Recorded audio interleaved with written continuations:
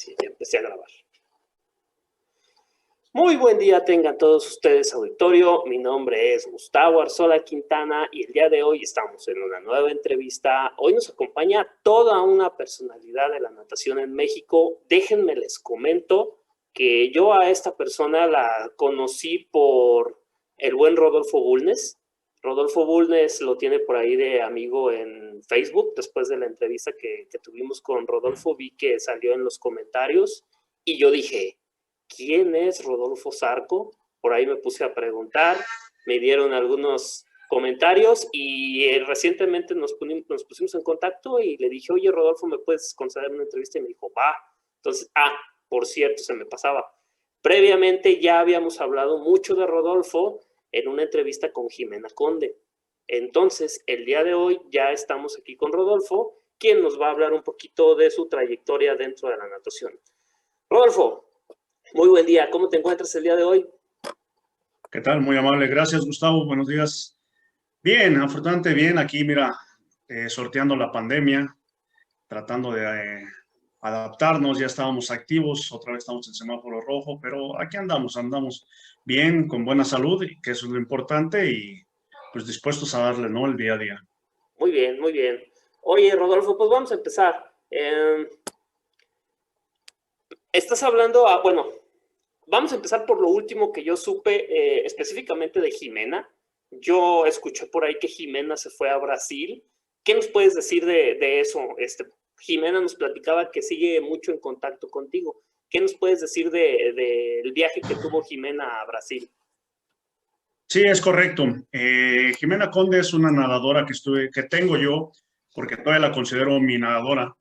Desde los 5 años, tuvo el seguimiento conmigo, 6 años, 13 años trabajamos juntos. A los 18 años, ella pues tiene la oportunidad de tener una beca en Estados Unidos y pues hay que apoyarla. El contacto que tiene ella con la natación mexicana, pues es de parte mía. Ella cuando viene a México sigue representando mi nombre, el equipo en donde se encuentra, y estamos en contacto continuamente, cómo le va en sus entrenamientos, qué series hace, objetivos que hay aquí en México. Cuando ella viene aquí a México, pues tiene la confianza de venir aquí a entrenar conmigo todavía. Yo le doy sus entrenamientos, platicamos lo que ha hecho allá en su equipo de Estados Unidos y tratamos de adaptarlo para que ella tenga pues un rendimiento óptimo. ¿Cómo se da este viaje a Brasil? Dentro de toda esta situación de la pandemia, pues necesitamos que los muchachos estén activos. Desgraciadamente, en muchos estados de la República, o en la mayoría de los estados de la República, tuvimos que parar de lleno. Ella, cuando está en Estados Unidos, se hace y cierran la universidad, se viene acá a México. A la semana que ella llega aquí a México, nos cierran albercas y tuvimos que hacer trabajo en casa. La oportunidad de viajar a Brasil es por el rendimiento que tienen algunos nadadores en específico para poder dar una marca para Juegos Olímpicos, y se hace la invitación a la selección que fue a Juegos Panamericanos, en donde desgraciadamente ellos tenían que pagar su viaje. Se le hace la invitación a Jimena, Jimena acepta y se empieza a planear todo esto, ¿no? Desgraciadamente yo no pude acompañarla porque todos teníamos que pagar nuestros viáticos. Entonces Jimena va 15 días antes del viaje a Brasil. Ella tiene un dual meet con su universidad, en donde ella nada excelentemente bien contra la Universidad de Texas. Pasa finales, tiene 2 o 3 mejores marcas en yardas de lo que ella había logrado su primer año. Llega a pasar a unas finales y se enfrenta a las mejores nadadoras de la Universidad de Texas y es bien recompensado su esfuerzo. Se mantiene ella en su descenso, se trabaja ya para irse a Brasil y ella logra acercarse casi a su mejor marca. No logra acercarse a su mejor marca, yo creo que ahí tuvo algunos detalles ya de sostener el descenso, porque tuvo que parar por lo menos 5 días de no entrenar para llegar allá a Brasil. Yo creo que si no, se hubiera logrado hacer su mejor marca. Ahorita ella ya se fue nuevamente a hacer su campamento a su universidad. Entonces, ella en Brasil nadó el 4 combinado, el 2 libre y el 2 combinado. Los 200, 400 combinados los nadó muy bien. Quedó en tercer lugar en el 400 combinado. En el 200 no llegó a pasar a la final por confiada porque eso es lo que le hace falta a veces a los nadadores de México. Están en un margen de nadar con nadadores que no conozcan para tratar de dar su máximo esfuerzo desde el inicio. Y no aquí en México, ya conocen a sus compañeros y luego nada más ellos hacen el término de tirarse a pasar y en la tarde pues ya hacen su máximo esfuerzo, ¿no?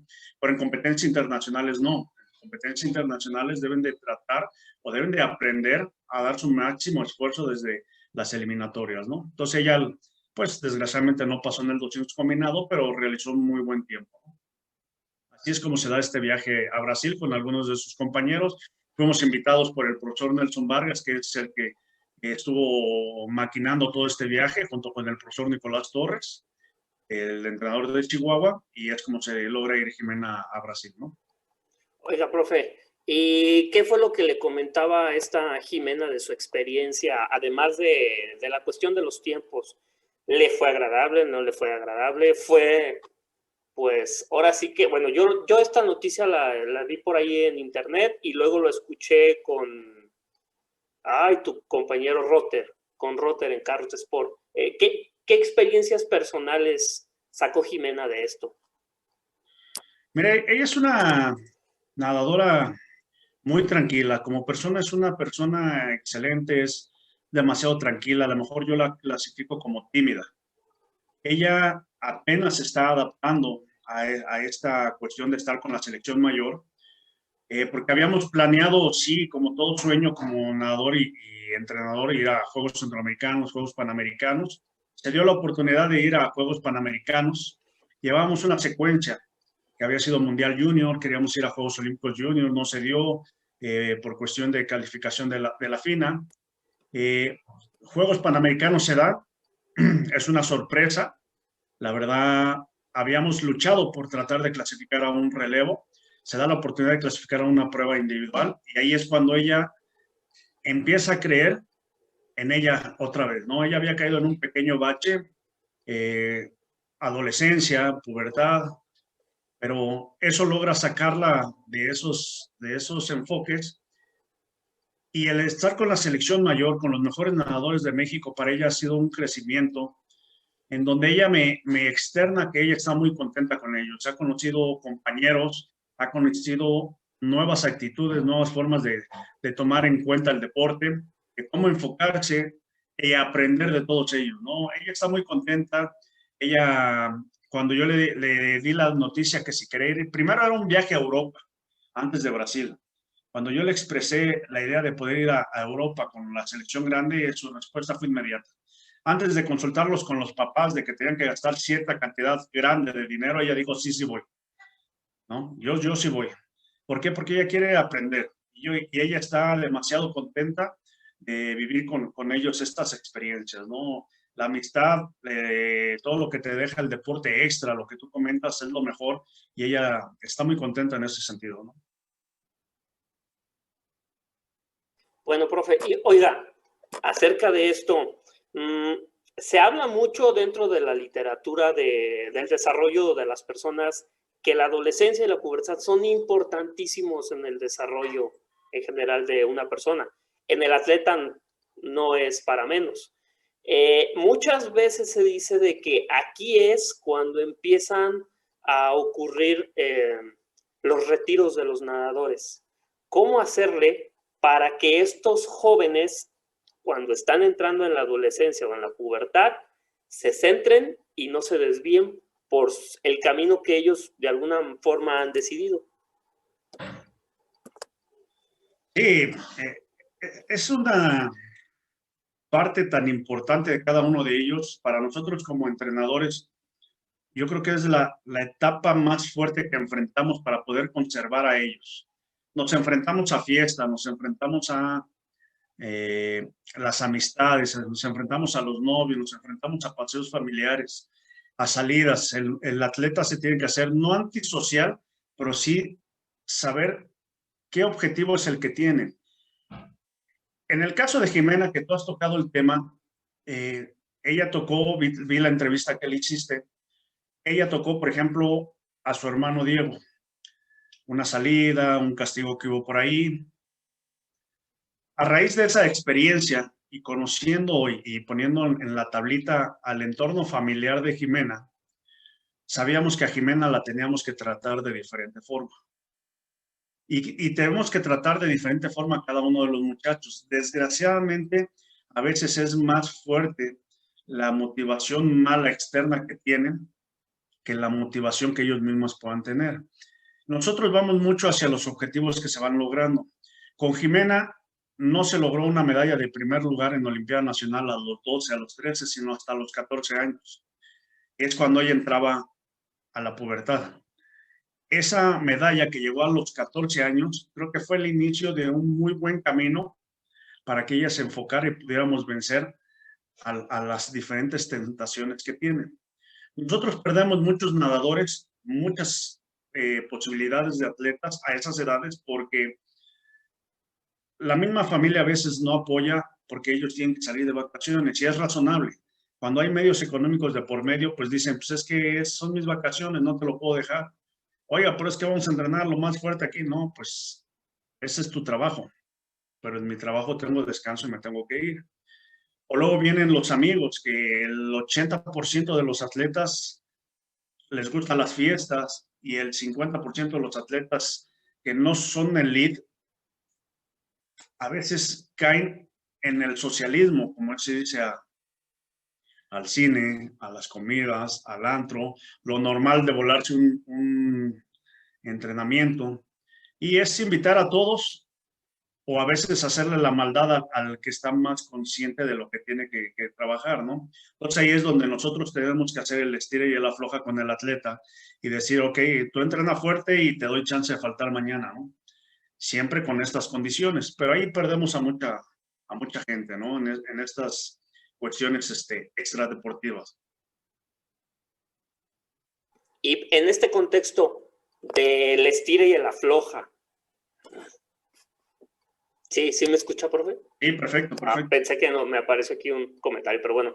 En este contexto del estira y el afloja con el atleta, ¿cómo se adaptan los entrenamientos para este tipo de personas? Menciona que Jimena es muy distinta a su hermano. ¿Cómo adaptarme yo como entrenador a cada uno de mis atletas? Lo que pasa es que vas buscando a tus mejores atletas, haces un programa.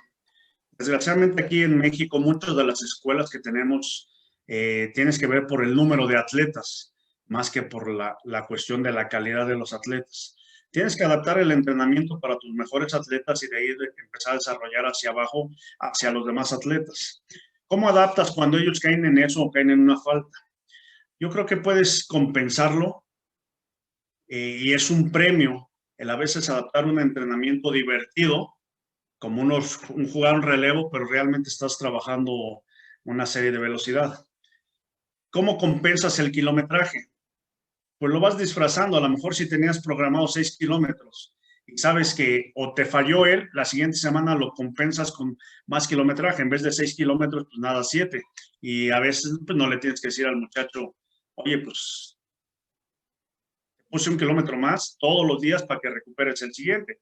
Y a veces sí se lo tienes que decir porque cuando hay fiestas masivas, 15 años, cuando llegan a los 15 años se desaparece todo el equipo porque realmente luego está invitado todo el equipo. Entonces lo dices, ok, los dejo faltar, pero me lo pagan en 2 días. En vez de nadar 6, pues van a nadar 9 kilómetros. 2 días para que se compense. ¿Están de acuerdo? Sí, ahora, pues sobre aviso no hay engaño.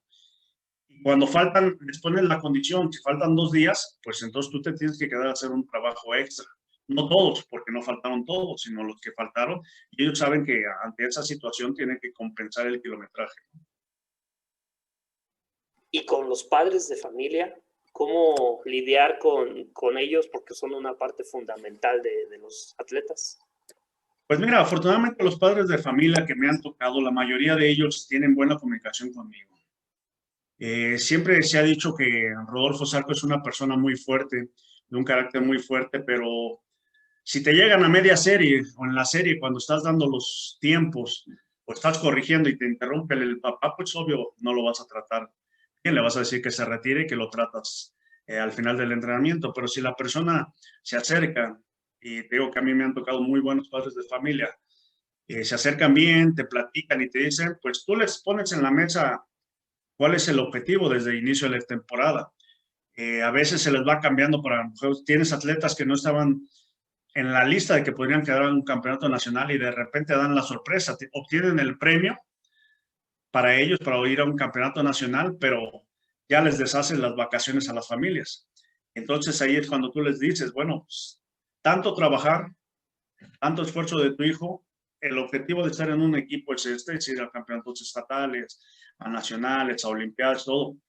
Y ahora tú no lo quieres hacer, entonces, ¿de qué va a servir el esfuerzo que le estás inculcando a tu hijo por traerlo a una disciplina cuando tú con la mano en la cintura le dices que te tienes que ir de vacaciones?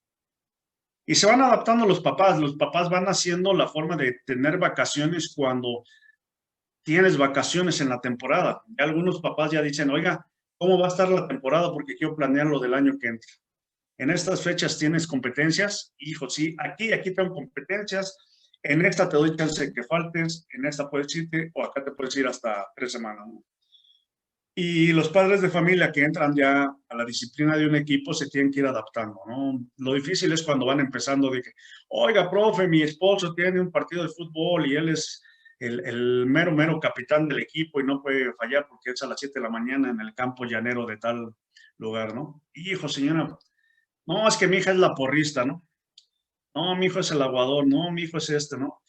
Bueno, pues, ¿qué le parece si poco a poco lo va dejando, un domingo sí, un domingo no, un partido sí, un partido no, y lo vamos negociando, ¿no? Y ya el que se adapta, pues es muy padre trabajar con él. Hay padres que no se adaptan y te dicen, pues sabes que mi hijo nada más viene a tener una disciplina, no me interesa que vaya a competencias, entonces lo sigues atendiendo, pero ya no hay un objetivo tan importante con él y nada más lo mantienes, ¿no? Y de alguna forma te ha pasado que estos chavos que a lo mejor no tienen tan enraizado el compromiso, empiezan a modificar esa conducta y empiezan a figurar como grandes nadadores. Sí, por supuesto, me ha pasado muchas veces. Y hay papás que los apoyan y hay papás que no los apoyan, ¿no? Fíjate que anteriormente tenía yo un equipo en Interlomas, donde mucha gente es adinerada, ¿no? Es una de las zonas más importantes aquí en la zona metropolitana. Y al inicio, pues, oye, pues, ¿cómo te vas a ir 8 días a meterte a Huastepec cuando vamos a ir a Europa nosotros 15 días, ¿no? Bueno, pues es una decisión. Deja que tu hijo decida. No, mi hijo no decide. Aquí las vacaciones son familiares y no las vamos a cambiar por él, ¿no? ¿Cómo darle a entender que se ganó un viaje al sur de la Ciudad de México, que era un campeonato nacional, cuando él tenía planeado irse a Disney, ¿no? Pero sin embargo, ahí es cuando empiezas a hacer el trabajo con el chavo. Oye, pues estás mejorando, tu actitud va cambiando, estás haciendo unos tiempos, fíjate, estás muy cerca del nacional, ve comentándole a tus papás que posiblemente estas fechas tú tengas que ir a un campeonato nacional. Tú sabes lo que representa que vayan 1,500 nadadores a un campeonato nacional de 125 millones que somos en México. Y es algo que te estás ganando tú, es algo que no te está dando tu papá. Y poco a poco va cambiando la filosofía de los muchachos y al final los papás a veces hacen todo por los muchachos, ¿no? Y los van apoyando. En ese equipo en Interlomas, te digo, te menciono esto de la capacidad económica porque era muy difícil cambiarle los viajes tan pobres para algunos, para ellos insignificantes, pero fueron valorando el esfuerzo de sus hijos. Y llegamos a tener un apoyo increíble por parte de esos padres de familia que en un principio no pensaban en cambiar esas vacaciones y ahora planeaban todas las vacaciones desde antes porque sabían que su hijo podía irse a Ixtapas y Guatanejo, a Veracruz, a Tijuana, con toda la familia, ¿no? Y cambiaban toda su dinámica al convencimiento del esfuerzo que estaban realizando sus hijos, ¿no? Hablaste hace un momento del equipo de Interlomas. ¿En qué equipos has participado tú como entrenador? Mira, estuve yo 14 años trabajando en la organización Nelson Vargas y 13 años en el Club Casablanca. Actualmente tengo 1 año, 2 meses en un equipo que formé, que estoy rentando unos carriles en un deportivo que se llama Sportway Atizapán. Y tengo un equipo que lleva mi apellido, Sark, en vez de Sarco, solamente Sark Swim. Muchos de los nadadores que estaban conmigo se vinieron aquí a seguirme a la alberca que estoy actualmente, y entonces este vendría siendo mi tercer equipo, en forma de más tamaño, ¿no? Porque también he estado dirigiendo al TEC de Monterrey, Campus Estado de México, en 3 ocasiones. Actualmente también soy el entrenador de la Universidad Anáhuac Norte, del equipo de natación. Entonces, en estos son los equipos que he participado, ¿no? Son 5 equipos en los que he estado. Bueno, no puedo dejar de pasar esta oportunidad para preguntarte de cómo ves tú la natación en México antes de la pandemia, porque ya los que vemos frecuentemente Carro TV Sport, pues estamos escuchando a varios invitados, dentro de los cuales estás tú, y pues fue un caos cuando empezó la pandemia, pero vamos a irnos antes de la pandemia. ¿Cómo veías tú la natación en México? Mira, yo creo que ha crecido, estamos teniendo unos tiempos impresionantes a nivel nacional. Tenemos una muy buena camada de juveniles, tenemos una buena camada ahorita de 20 para abajo, hay una muy buena camada. La selección mayor, todo se ha dicho que casi la mayoría está en Estados Unidos. Sí, desgraciadamente casi la mayoría está en Estados Unidos por las facilidades que dan las instituciones y las universidades para poder desarrollar el deporte. Aquí en México, digo yo como entrenador de 2 instituciones muy grandes, nos vemos obstruidos con los maestros, en donde no se les da la facilidad para poder desarrollar una cuestión universitaria. No lo creo imposible, pero sí tenemos que cambiar la mentalidad desde la Secretaría de Educación Pública. Yo creo que la natación de México está creciendo. Sí nos hace falta mucho desarrollo por parte, o mucho apoyo por parte de las instituciones, porque estamos, y no nada más en la natación, en diferentes deportes, o en toda la mayoría de deportes, la medicina deportiva, estamos muy atrasados en cuestión a algunos, o a todos los países de primer mundo. Lo que es medicina del deporte, lo que es tecnología, situaciones de apoyo. El carácter del deportista mexicano viene siendo muy grande, tiene mucha ambición, no le gusta perder como a nadie, nos gusta perder, pero sí llega el momento, si hablábamos antes de la cuestión de los asuntos externos en la juventud, nos vamos ahora hacia la universidad, en donde la idiosincrasia del mexicano es, tú no vas a vivir de la natación, entonces tienes que dedicarte a estudiar. Primero me sacas un título y primero te pones a estudiar en la universidad antes de poder entrenar, ¿no? La mayoría o el 80% de los que llegan a ser o son universitarios abandonan el deporte porque no les da la vida o por cumplir con los principios de familia, que es terminar una universidad, ¿no? Y es muy válido porque para todos nosotros tenemos el respaldo de los certificados y de los títulos universitarios. Pero después viene la vida ya laboral, en donde empiezas a ganar dinero, empiezas a desarrollarte como profesional y ya no hay la combinación de... Y en Estados Unidos tienen más facilidad de practicar la natación porque los deportes son parte importante de la misma universidad. En Estados Unidos el deporte universitario es la base de, y aquí no, aquí en México no lo hay. Entonces nosotros en México podemos hablar que en juveniles tenemos muy buenas personas, muy buenos atletas, en donde están desarrollando tiempos muy importantes, ¿no? Hay una buena camada de grandes atletas para suplir a los que a lo mejor en este Tokio 2021 van a salir, ¿no? A lo mejor tú me vas a saber decir, tengo entendido que en alguna época había un convenio de las universidades con el deporte mexicano. Por ahí escuché a Rotter decir que se rompió. Desconozco eso. No sé si tú nos podrías ilustrar qué fue lo que pasó. Mira, convenios hay. Por ejemplo, el TEC de Monterrey otorga becas para los atletas estudiantes que quieran seguir participando, pero vuelvo a lo mismo, la idiosincrasia del atleta mexicano es tener una beca, más no ser un atleta para seguir desarrollándose en la universidad y llegar a mayores términos deportivos. Buscan la beca para poder tener una carrera. En la Universidad de Anáhuac también tenemos becas deportivas para que establezcan o sigan estudiando en la universidad. Hay becas de excelencia en donde pueden estudiar maestrías y hay una beca de liderazgo, que es atletas de alto rendimiento que puedan seguir estudiando a un mayor nivel, un doctorado, una maestría, o que se haya dificultado su universidad y puedan desarrollarlas en mayor número de años. La Universidad Anáhuac también tiene ese tipo de becas. Sé que algunas otras escuelas, creo que es la UVM, no sé si las hay, ahí sí te miento, también tienen becas.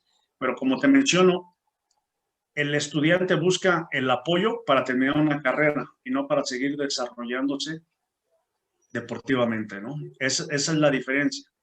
Aquí yo he escuchado mucho en este último año, hay un organismo que es el CONDE, que es la organización en donde se maneja el deporte universitario, tanto de instituciones privadas como públicas.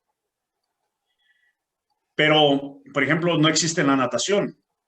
Sí llegan a ir a universidad cuando es la universidad mundial, pero dentro del programa nacional no existe la natación.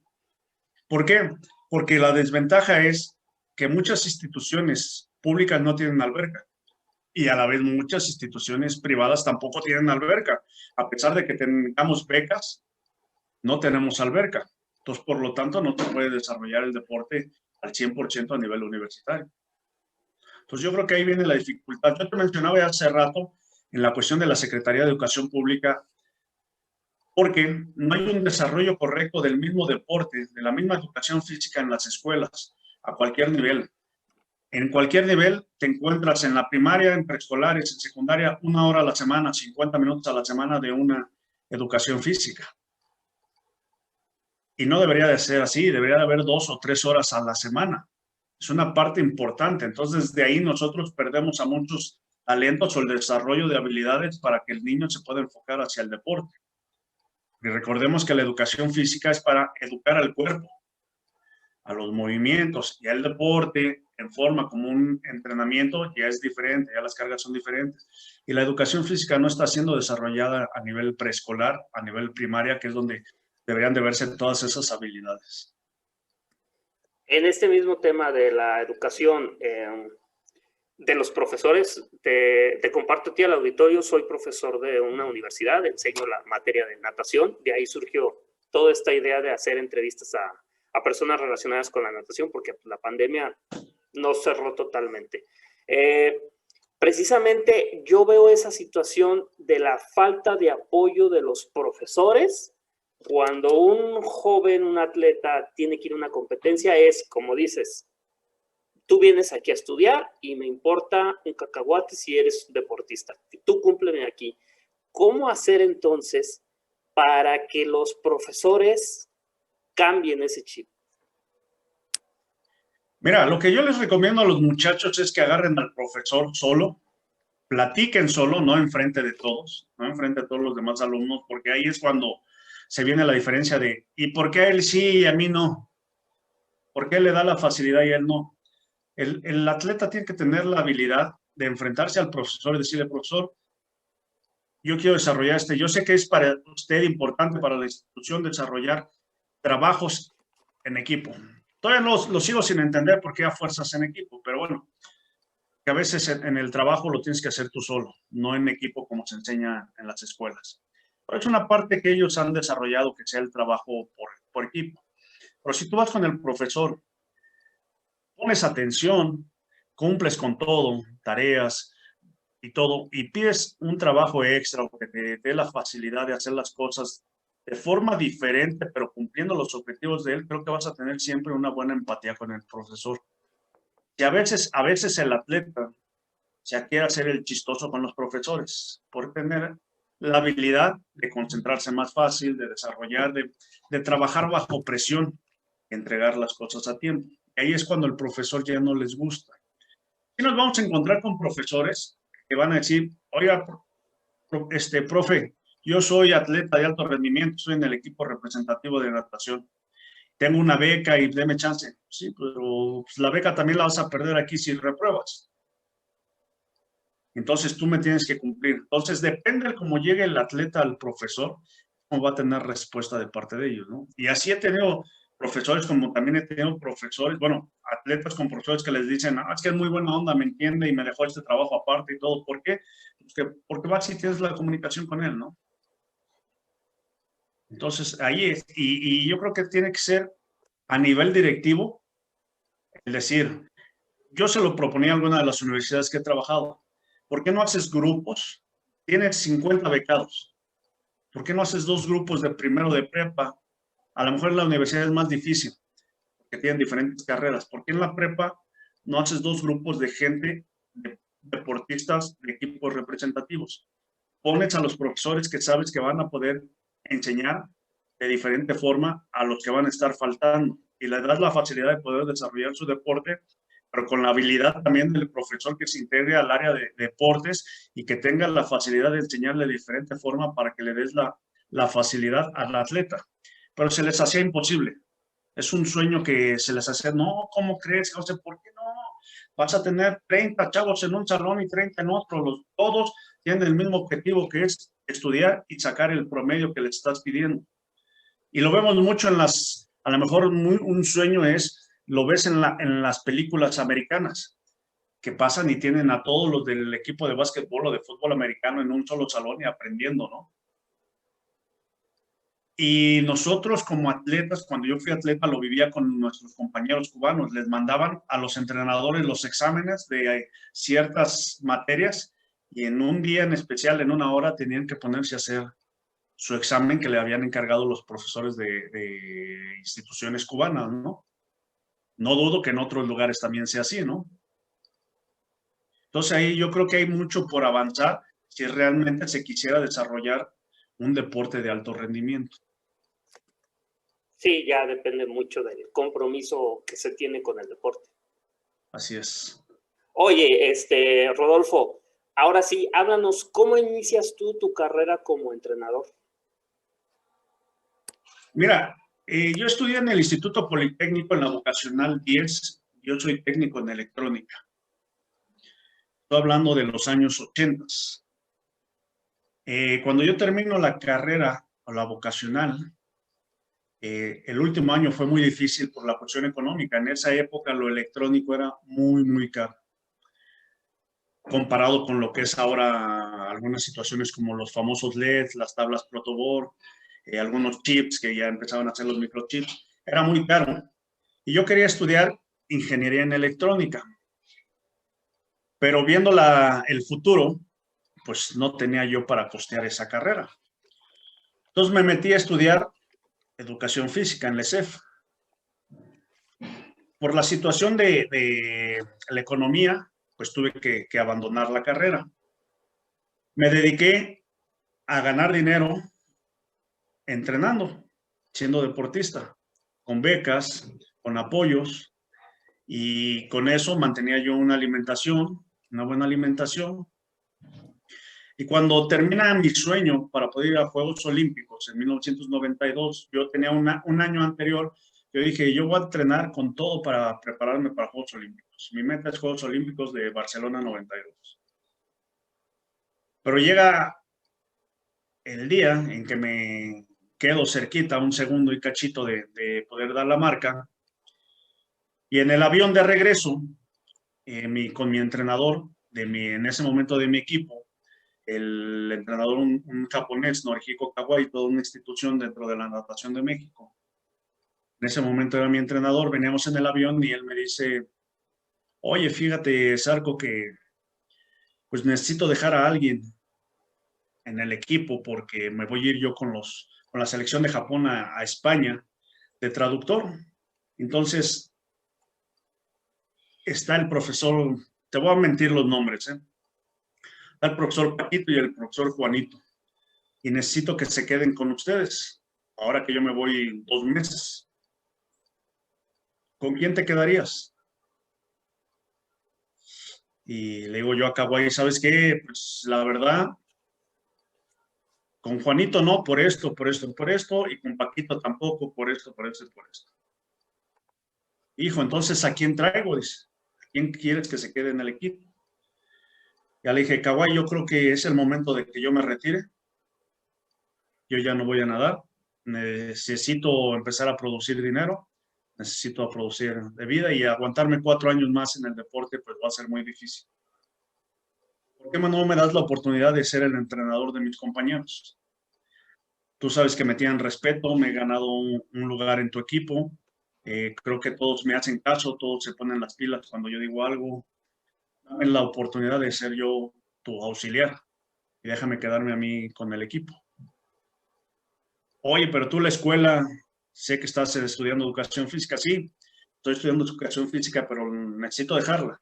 Necesito ser productivo. Y bueno, eso fue un lunes en la noche, un 24 de mayo de 1992. Se durmió, se durmió él en el trayecto del avión del viaje y cuando despertó nada más me agarró el hombro y me dijo, preséntate mañana a trabajar, entras a las 3 de la tarde, yo arreglo que te contrate. Entonces un 25 de mayo de 1992 empiezo el camino como entrenador, ¿no? Y así es como se me da la oportunidad de iniciar como auxiliar del que era mi entrenador y siendo partícipe y entrenador de los que habían sido mis compañeros hasta días antes, ¿no? ¿Y cómo fue esa transición? ¿Cómo te vieron tus compañeros? Fue muy buena porque pues ahí yo tenía que llegar media hora antes porque tenía que vestir la alberca. Era una alberca en un deportivo en el sur. Empecé yo trabajando en la Nelson Vargas de centro de entrenamiento. Nos rentaban una alberca, entonces tenía que llegar yo media hora, una hora antes de todos mis compañeros, o bueno, de mis alumnos ya en ese momento, y agarrar todos los carriles y vestir una alberca con los 8 carriles. Tenía yo que ponerlas, tener las tablas en la orilla.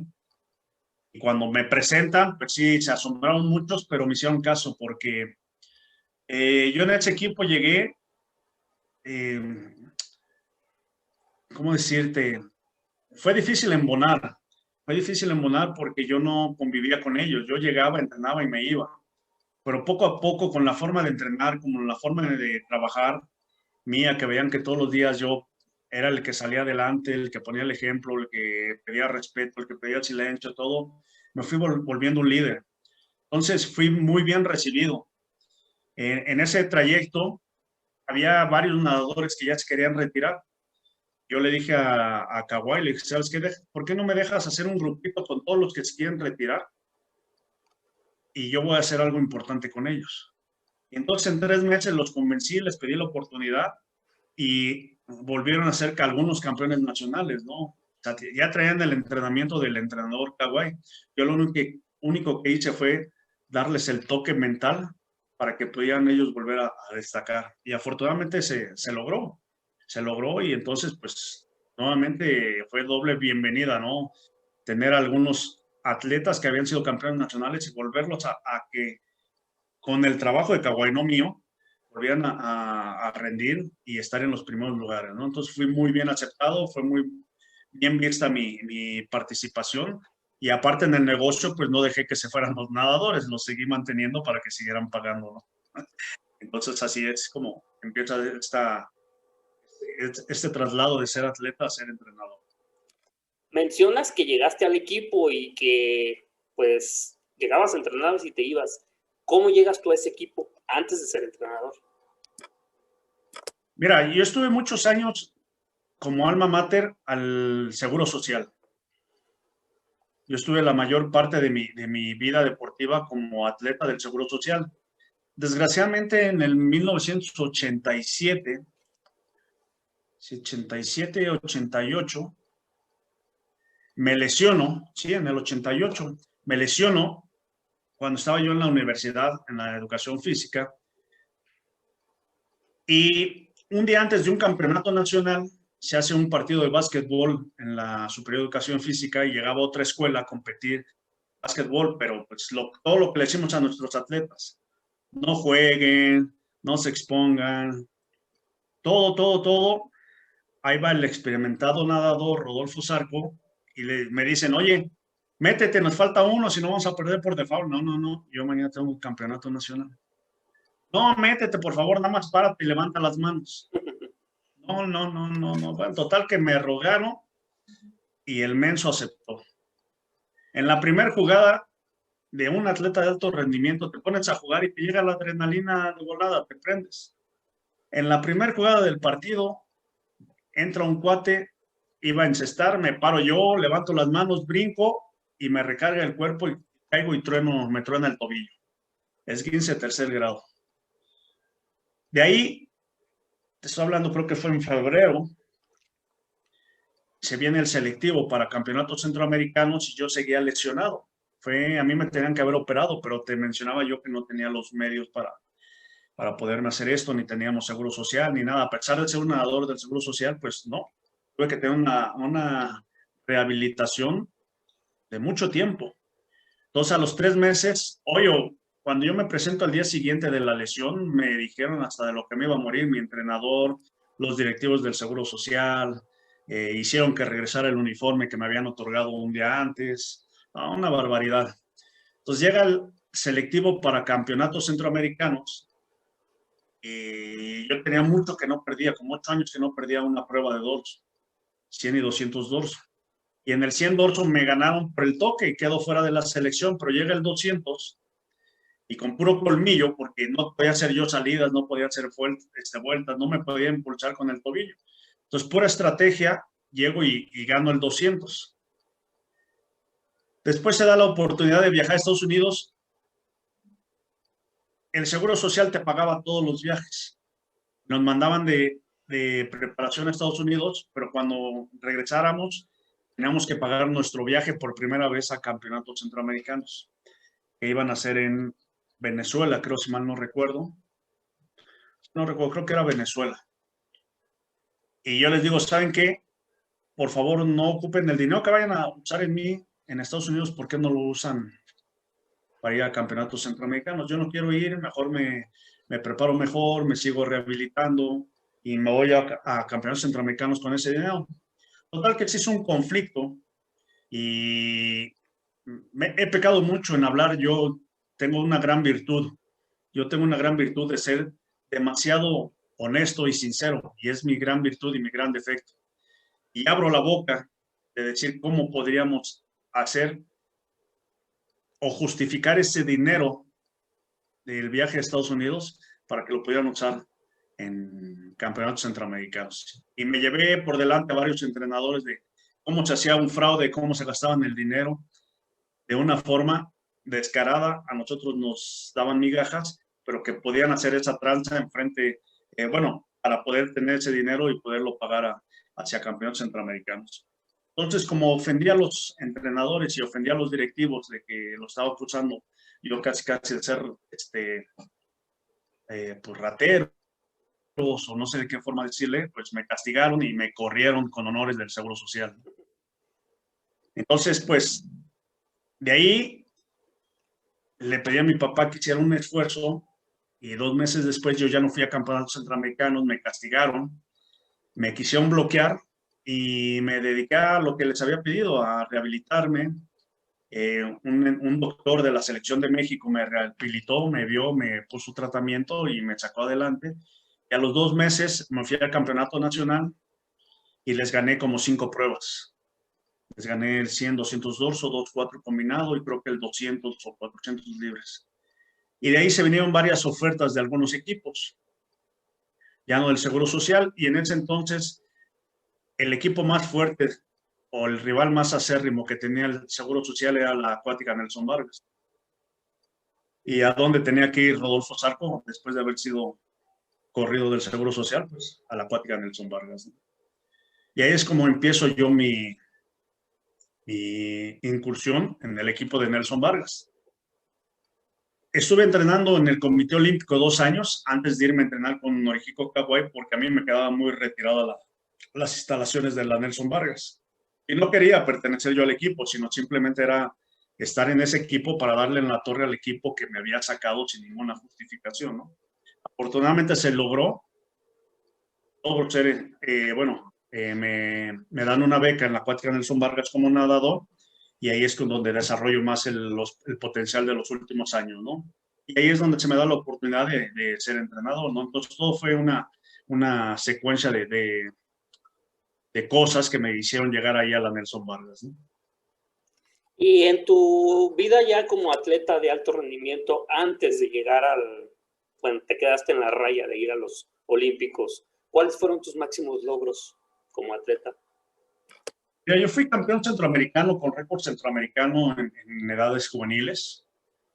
Estuve participando en Copas Latinas, quedando en tercer, cuarto lugar. Estuve en Juegos Centroamericanos, cuarto lugar. Clasifiqué a campeonatos panamericanos, a Juegos Panamericanos, pero por ahí hubo una situación difícil, decisiones de jueces y todo, en donde al final, 15 días antes de ir a Juegos o 3 semanas antes de ir a Juegos Panamericanos, a 5 atletas de la selección nos separaron porque México tenía que cumplir un compromiso para ir a Juegos Pan Pacific. Los Juegos Pan Pacific son una competencia a nivel mundial, bueno, a nivel, valga la redundancia, todos los países que circundan con el Océano Pacífico asisten a ellos. Y la competencia iba a ser más fuerte. Y a 5 de nosotros nos separan para poder ir a esa competencia y a los demás los mandan a Juegos Panamericanos. Todos nos mandaron llamar a estos 5 atletas y nos dicen, ¿saben qué? Ustedes no van a Juegos Panamericanos.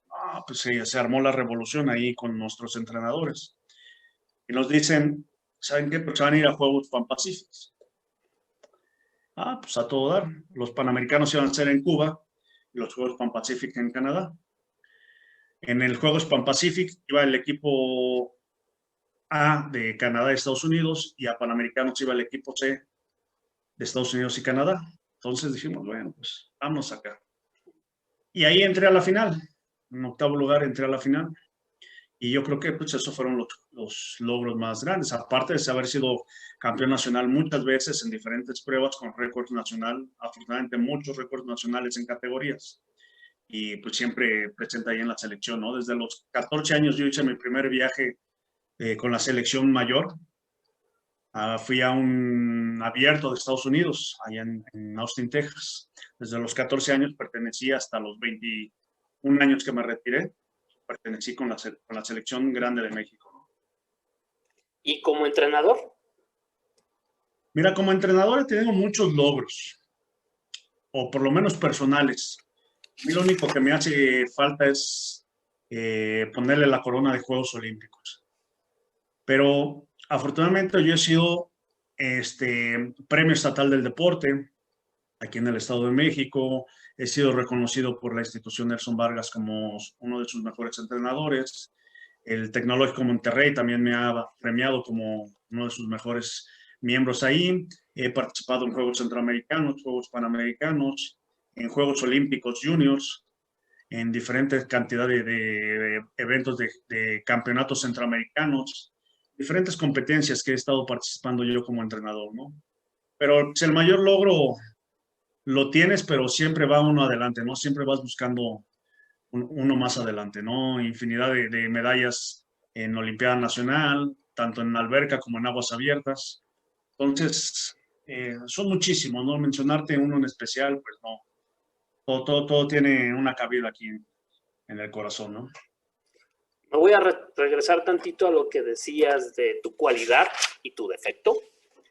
Cuéntanos 2 situaciones, bueno, ya más o menos nos hablaste de una, 2 situaciones en las que esta cualidad guión defecto la llevaste a cabo como atleta y como entrenador. Bueno, mira, como atleta siempre yo fui al 100% sincero, siempre fue mi carácter, lo que me caracterizó. Siempre debo estar en los primeros lugares, estar presente en las elecciones, siempre estar ahí. No sé ahora qué se digan los muchachos en el banco, ¿no? Pero nosotros en el banco, pues yo recuerdo llegar y me gustaba hacerlo similar al boxeo, ¿no? Y yo, de hecho, a mis atletas les digo que tienen que ser como los boxeadores, tienen que parar enfrente de sus compañeros y tratar de intimidarlos, ¿no? Desde ahí, desde que te estiras, desde que inflas el pecho, desde la cuestión en cómo les contestas ahí en oficialía mayor, ¿no? Yo creo que eso en cada competencia salía. Y pues el coraje que sabían que tenía yo cuando nadábamos relevos o sabían que si iba a nadar yo, era algo que iba a dar yo todo al 100%, no se iba a quedar a medias tintas. Y como entrenador, pues estar buscando la justicia para todos nosotros como entrenadores. Hay a veces un amañamiento con las elecciones, el estar hablando, estarlos diciendo.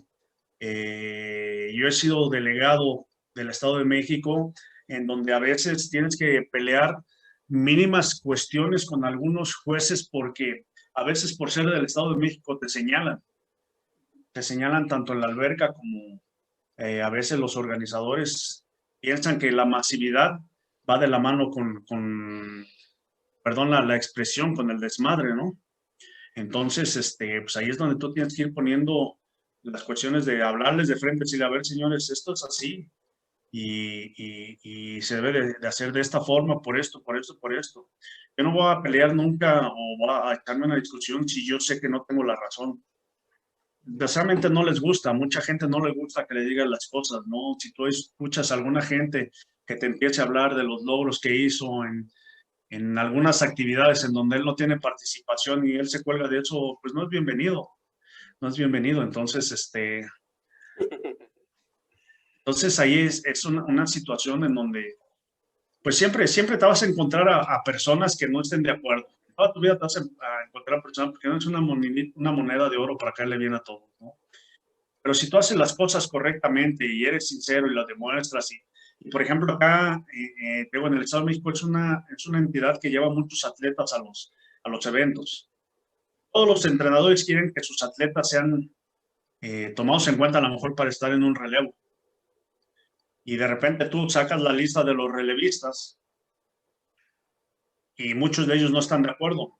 Hacen la suma de los tiempos, pero tú le demuestras el por qué debería de ir uno y el otro. Y siempre tomando en cuenta al mejor atleta en su mejor momento. En ese momento que sea la competencia. Y entonces, pues sí se quedan con la cuestión de decir, bueno, ¿por qué este cuate tiene que venir a decirme qué tengo que hacer? ¿No? Y es un enfrentamiento en donde dices, es que nada más está Zarco y quiere hacer lo que a él se le pegue la gana. No, señor, no es lo que se me pegue la gana, es lo que es, y es lo que es lo justo para el atleta. Entonces, si hacemos lo justo para ellos, pues vas a tener siempre un bien común, no tienes por qué meter a algunas personas o favorecer porque es tu amigo y metes a sus nadadores, ¿no? Entonces, te digo, en ese tipo de situaciones es en donde nos enfrentamos, ¿no? Ahora, ya estamos llegando casi al final, Rodolfo, no quiero quitarte más tu tiempo. ¿Qué No te diferencia ves preocupes. actualmente en nuestros manejos de la natación en México? Ahora, ya tú como entrenador tienes una visión muy distinta a las épocas donde tú eras nadador. ¿Ves similitudes? ¿Han cambiado? ¿Cómo lo ves? Mira, afortunadamente la natación es un deporte en donde te tienes que regir por tiempos, por marcas. Desgraciadamente, en últimas fechas no ha habido un manejo adecuado de las convocatorias ni de la forma de seleccionar de los atletas. Actualmente o anteriormente, voy por lo anterior, sabías quién quedaba desde la competencia. Ahora no, ahora le dan un teje y maneje diferente, que llegas a un evento y de repente te sacan una selección de México que no saben ni de dónde la tomaron ni qué parámetros usaron, cuando los parámetros deben de ser dados desde el inicio de la temporada o desde que sale una convocatoria que debe salir 30 días antes de un evento. Actualmente han manejado los tiempos a su conveniencia, en donde sacan convocatorias hasta 15 días antes del evento nacional. Y tienes que llegar a veces a la junta previa que te den los parámetros de selección y luego todavía los están jugando con ellos en el mismo evento, ¿no? Entonces eso es lo que ha cambiado. A veces la integridad de gente que hace las selecciones no ha sido la adecuada y sobre todo en juveniles. En primera fuerza no es tanto porque es parámetros que se dan a conocer desde 6 meses antes y ahí no hay pierde, ¿no? Pero sí en cuestión de selecciones juveniles ha habido un teje-maneje un poquito sospechoso, amañamiento, como quieras.